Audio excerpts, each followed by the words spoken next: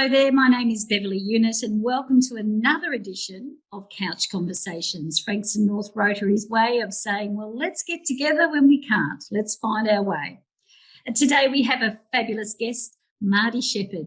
Mardi is the District Chair of Australian Rotary Health, which happens to be the largest or amongst the largest independent mental health funders for research and all sorts of stuff that happens in the world of Australian Rotary Health in Australia.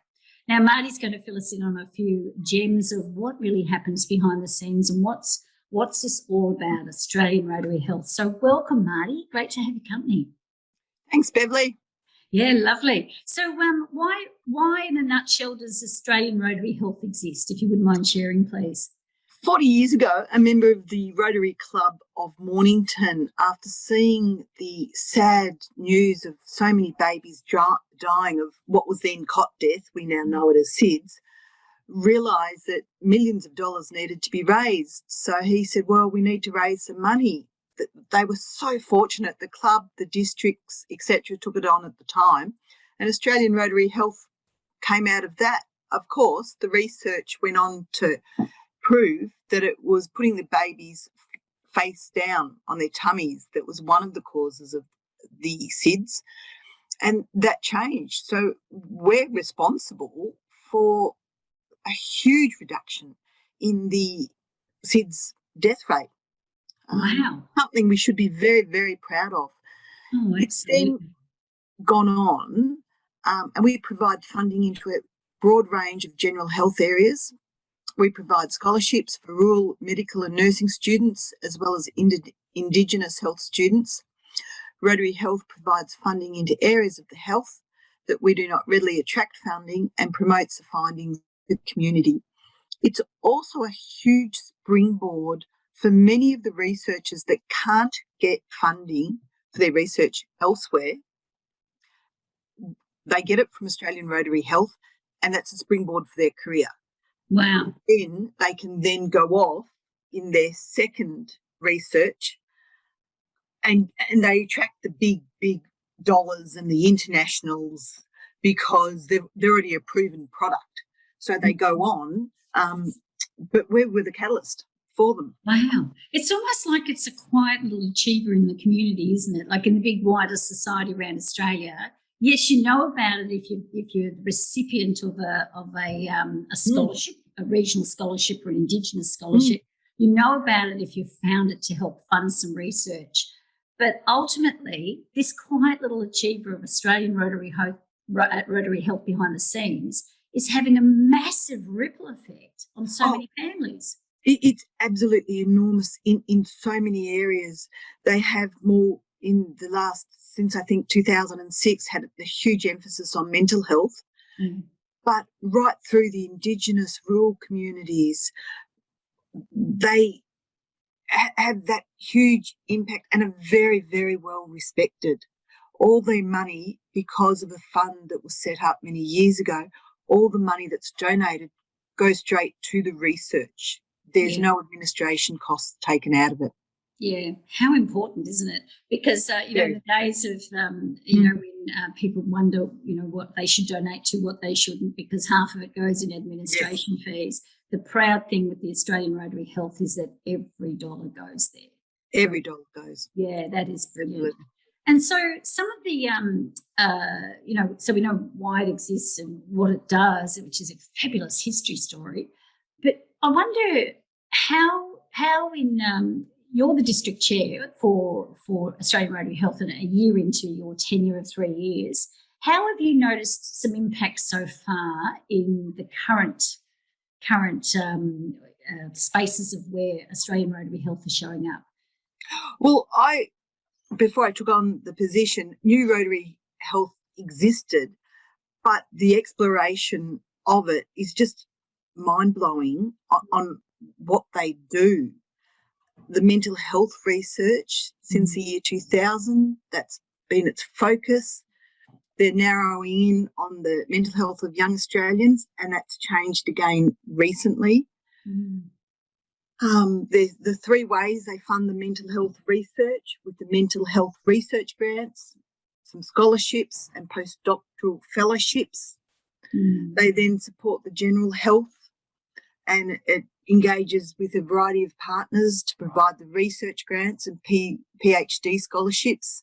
And those projects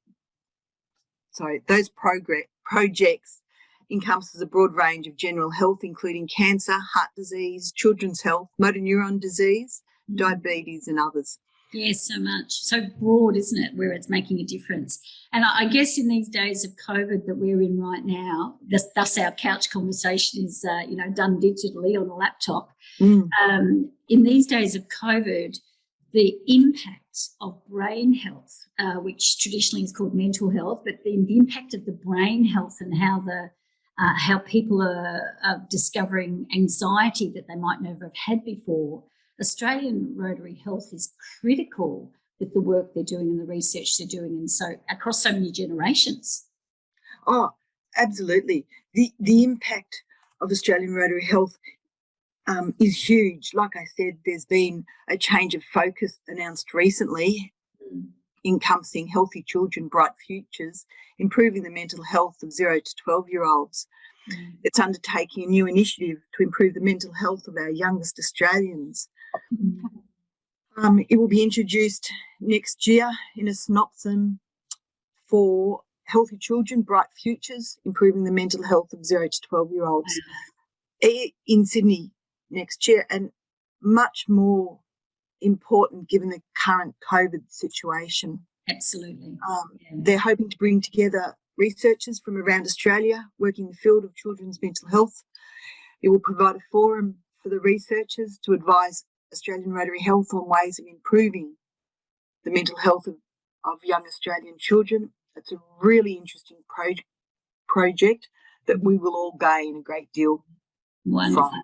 Yeah, because it's the wider community that gets the ripple effect. It's not just a researcher, a meeting, people at the meeting or anything like that. Like real on the ground actions come out of Australian Rotary Health, which is just absolutely fabulous. So, Mardi, if you were to give a message to just the wider general public about how they can help in their own way, is there a way they can help, or should it just be a matter of if you're kind of a person who has thinking that you want to be part of a group that does a wider world of good, find out about your local Rotary Club, come along, find out what sort of arm of Rotary that you would like to swim in, if you like, and make a real difference to, because Rotary is not just about, doing a local community good, which it is. It's good local community, people doing good for the local community.